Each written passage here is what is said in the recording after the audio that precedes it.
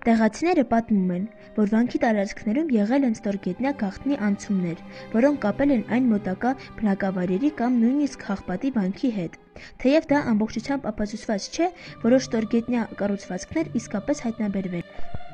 Սանահինը պարզապես եկեղեցական համալիր չէր։ Այն իրականում գործել է որպես բարձրագույն կրթական կենտրոն։ Այստեղ դասավանդել են ոչ միայն աստվածաբանություն, այլ նաև մաթեմատիկա, բժշկություն եւ փիլիսոփայություն։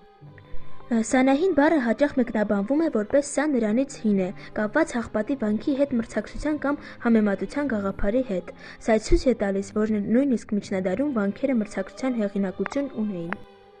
Տեղացիները պատմում են, որ վանքի տարածքներում եղել են ստորգետնյա գաղտնի անցումներ, որոնք կապել են այն մոտակա բնակավայրերի կամ նույնիսկ Հաղպատի վանքի հետ։ Թեև դա ամբողջությամբ ապացուցված չէ, որոշ ստորգետնյա կառուցվածքներ իսկապես հայտնաբերվել։